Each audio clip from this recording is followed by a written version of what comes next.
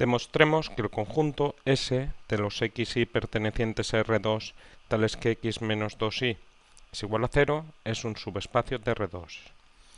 Para ello, hay que demostrar dos condiciones. En primer lugar, que este conjunto es no vacío, que tiene algún elemento, y eso se suele hacer viendo que el 0, 0, observemos que estamos en R2, el 0 de R2 es 0, 0, pertenece a S, porque esto después va a ser una condición necesaria para que ese sea un subespacio. O sea, en el caso de que 0, 0 no pertenezca a S, automáticamente descartamos que ese sea subespacio. Así, para ver que S es distinto de vacío, veamos que 0, 0 pertenece a S. Para que un elemento esté en S, se tiene que cumplir que sea un elemento de R2 y además que cumpla esta condición de aquí, que la x menos 2y es igual a 0. En este caso, esto sería la x, esto sería la y. Luego tenemos que comprobar que 0, la x menos 2 por 0, que sea 0. Vamos a ver esto cuánto da. Esto es 0 menos 2 por 0, 0, igual a 0. ¿Se cumple que la x de ese vector menos 2 veces la y sea igual a 0? Sí. Luego se cumple esta condición. Perfecto. Y ahora vamos a la segunda condición. Sean alfa y beta pertenecientes a R, porque R2 es un R espacio vectorial. Y ahora, cogemos dos vectores de S. Claro, los elementos de S son elementos de R2. Entonces, cogemos dos elementos de R2 que pertenecen a S. X1 y sub 1 y X2 y sub 2 pertenecientes a S. Y nos preguntamos, alfa por el primero más beta por el segundo pertenecen a S. Eso es lo que nos preguntamos. Lo primero, desarrollar esto que tenemos aquí. Esto sería igual alfa por x sub 1 y sub 1, alfa x sub 1, coma, alfa y sub 1, más beta por x sub 2 y sub 2 es beta x sub 2, beta y sub 2. Y esto nos queda igual suma de vectores de R2, primera componente más primera componente, coma, segunda componente más segunda componente. Y queremos ver si eso pertenece a S. Observemos que tenemos que tanto x sub 1 y sub 1 como x sub 2 y sub 2 pertenecen a S. Entonces, como x sub 1 y sub 1 pertenece a S, se cumplirá pues la condición de los elementos de S, que la primera componente de este vector, que es x sub 1, menos 2 veces la segunda, es igual a 0. También tenemos que x sub 2 y sub 2 pertenece a S.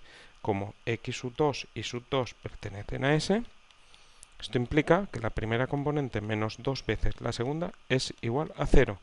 Y queremos ver si este elemento pertenece a S. Para ver si pertenece a S, tendremos que demostrar que la primera componente menos 2 veces la segunda es igual a 0. Vamos a ver si la primera componente menos 2 veces la segunda es igual a 0. Pues esto nos queda alfa, la primera componente, menos 2 veces la segunda,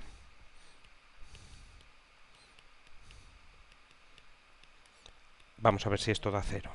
Quitamos paréntesis, del primer paréntesis, como no tenemos nada delante, pues ya está, se quita y ya está.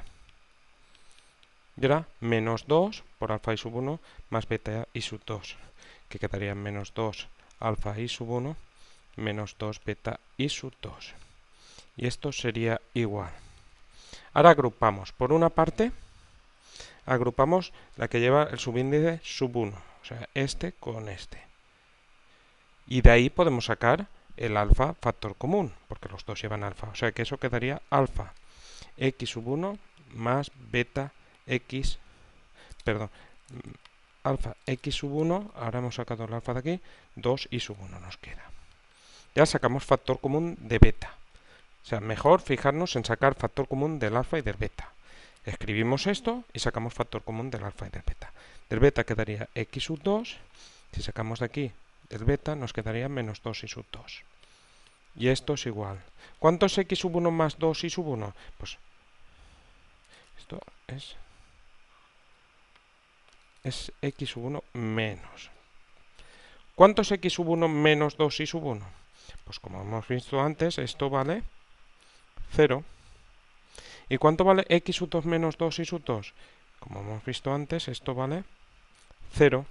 Luego esto nos queda alfa por 0 más beta por 0, que es igual alfa por 0, 0, más beta por 0, 0, 0 más 0, 0. Luego sí, se cumple esta segunda condición. O sea, este vector satisface que pertenece a ese. Por lo tanto, se satisface también la segunda condición y de 1 y 2, ese es un subespacio que se escribe así con un menor o igual de R2. Ya tenemos demostrado entonces que ese es subespacio de R2. Recapitulamos. Para ver que un conjunto es subespacio de un espacio vectorial, primera condición, que es no vacío y por lo tanto se demuestra que el cero del espacio total es un elemento del subconjunto. Segunda condición, si alfa beta pertenece a R y consideramos dos vectores del subconjunto, la combinación lineal formada por esos escalares y esos vectores pertenece a S. Lo primero, desarrollar esto que tenemos aquí. Se desarrolla hasta que queda así. Una vez que lo hemos desarrollado y queda así, tenemos de datos que los dos vectores pertenecen a S. Y eso, explotas esa información, miras qué significa. Una vez que miras lo que significa estas dos cosas, lo guardas, porque te hará falta para después. Esto en el caso de que todo funcione perfectamente. Entonces, para ver que este vector de aquí pertenece a ese, pues miras que cumple la condición, desarrollas todo, sacas factor común de alfa y beta, y entonces, si todo funciona bien y va a ser subespacio, podrás aplicar la información que hemos puesto aquí en la parte izquierda. Aplicas esa información y llegas a que se cumple la condición. Por lo tanto, tendrás que será un subespacio del espacio vectorial en cuestión.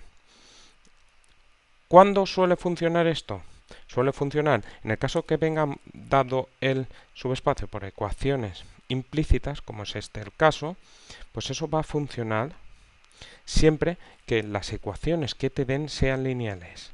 O sea, todas sean lineales y el sistema formado sea homogéneo.